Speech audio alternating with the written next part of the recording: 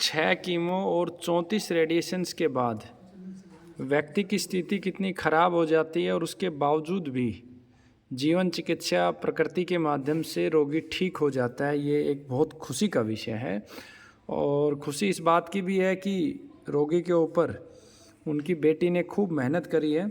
सबसे पहले मैं रिपोर्ट दिखा दूं, और ये all India institute of medical science की हुई रिपोर्ट है। ये देखिए, जो ये अभी ये शो कर रही है कि इनकी बॉडी में कोई कैंसर के सेल्स नहीं हैं। ये देखिए, तो सबसे पहले तो बहन जी आपको बहुत बहुत शुभकामनाएं। आपका नाम क्या है और कहाँ से हैं? मेरा नाम सरोज है भैया, और मैं पलवल से हूँ, पलवल हरियाणा से। अच्छा, तो यहाँ के गुरुकुल के बारे में कैसे पता चला आपको? भैया मैंने यूट्यूब पे आपका वो चैनल देखा था, यूट्यूब से ही मैंने पता निकाला था, उसी के द्वारा मैं यहाँ तक पहुँची हूँ। अच्छा, तो ये रिपोर्टें आपने जो करवाई जिसमें बताया कि इनको अब कैंसर नहीं है, हाँ जी। तो कितने दिन पहले ये रिपोर्टें करी गई थी? ये हो गए 3 महीने दवाई खाने के बाद। 3 महीने दवाई खाने के बाद। अच्छा, तो पहले गुरुकुल की आपने कितने दिन दवाई खाई है? गुरुकुल की 3 महीने दवाई खाई है, उसके बाद ये रिपोर्ट हुई है। अच्छा, 3 महीने के बाद ये रिपोर्टें हुई है। तो हाँ जी। रिपोर्ट में क्या बताया डॉक्टर ने? नील बताया कि कैंसर नहीं हाँ है। जी, कैंसर खुश हैं नहीं है। आप? हाँ जी बिल्कुल आपको खुश यकीन हैं। था कि इतनी जल्दी नील हो जाएगा, कैंसर खत्म हो भैया जाएगा? बिल्कुल भी यकीन नहीं था, क्योंकि बीमारी बहुत बड़ी थी ना, तो मतलब बस डर सा ही लग रहा था कि कैसे ठीक होंगे, क्या होगा। 3 साल से इलाज मतलब इधर मेडिकल से ही हो रहा था। इलाज में तो वो टैबलेट वगैरह तो कुछ देते नहीं थे, बस डेट पे बुलाते, चेकअप करते और भेज देते। अच्छा, 3 साल से आपका ट्रीटमेंट हाँ चल जी, रहा 3 साल से। था, तो उम्मीद एक तरीके से खत्म ही हो गई थी। हाँ जी बिल्कुल ख़त्म हो गई थी। ये तो बस मैंने यूट्यूब से आपका पता, आपकी वीडियो देखी, तो उसी से मैं उम्मीद जगी मुझे, उसी से मैंने पापा से बोला कि पापा उधर चलो, आप आपको उधर दिखा के लाऊंगी मैं। और अच्छा।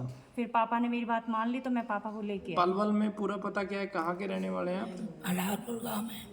कौन सा गांव? पापा का गांव तो अलालपुर है, अच्छा, लेकिन मेरी ससुराल है पलवल में। आपकी पलवल में हाँ जी, ससुराल है। ससुराल है किठवारी चौक। किठवारी चौक, अलालपुर। हाँ जी, तो किठवारी चौक। आपने इनका परहेज क्या क्या, खाने में क्या क्या दिया आपने? खाने में तो भैया इनसे वैसे तो कोई चीज़ खाई नहीं जाती है, लेकिन जो आपने मूंग सिंघाड़ा और उसका जो रोटी बताई है, वही आपने खाया? वही खाई है परहेज इन्होंने। पूरे आपने किए? परहेज पूरे हैं भैया। तो आपको बहुत बहुत शुभकामनाएं। सबसे बड़ी बात यह है कि परहेज बहुत महत्वपूर्ण है, हाँ जी। और मुझे भी उम्मीद नहीं थी इतनी जल्दी रोगी ठीक हो जाएगा, लेकिन शायद गौमाता की, परमात्मा की कृपा है कि ठीक 3 महीने में ठीक हो गया। बड़ी खुशी की बात है। एक्स्ट्रा चीज़ें भैया इसलिए नहीं खाई जाती क्योंकि इनसे सटका ही नहीं जाता, गले सटका से नहीं नीचे। जा रहा था, क्योंकि रेडिएशंस 34 रेडिएशंस हो गई थी। हाँ। और एक और चीज़ मैं आपको बताना चाहता हूँ, जिन रोगियों को रेडिएशंस बहुत ज़्यादा हुई हैं हाँ जी। और कीमो हुई है, उनके गले में सोजन भी आ जाता है, और हाँ जी। गले का जो है जो हमारा लार है, हाँ वो जी। लार बनना बंद हो बंद जाता हो है। जाता है, वही तो है इनको। हाँ, तो वो उस परिस्थिति में उन रोगियों को, सभी रोगियों के लिए सूचना है, उनको ये करना है हाँ जी। कि अदरक जो लेके, हाँ जी। अदरक के छोटे छोटे पीसीज करके उन पे नींबू निचोड़ेंगे, थोड़ा सेंधा नमक डालेंगे और अपने होठ के नीचे लगा के रखेंगे। एक तो ये करना है। दूसरा, अगर घर में देसी गौमाता है, गाय है, हाँ जी।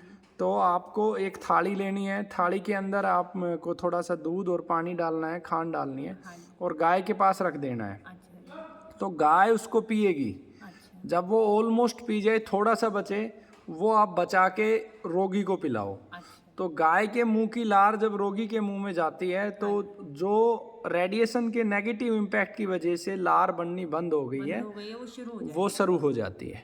ठीक है जी, आपको बहुत बहुत शुभकामनाएं। अभी इनको कंटिन्यू आपको दवा देनी है, अच्छा। और 5 साल तक जैसे जैसे जो परहेज बताएं हाँ जी। वो रखने हैं, क्योंकि ये बीमारी दोबारा हो जाती है। और पूरा आप ध्यान रखिए। बहुत बहुत धन्यवाद।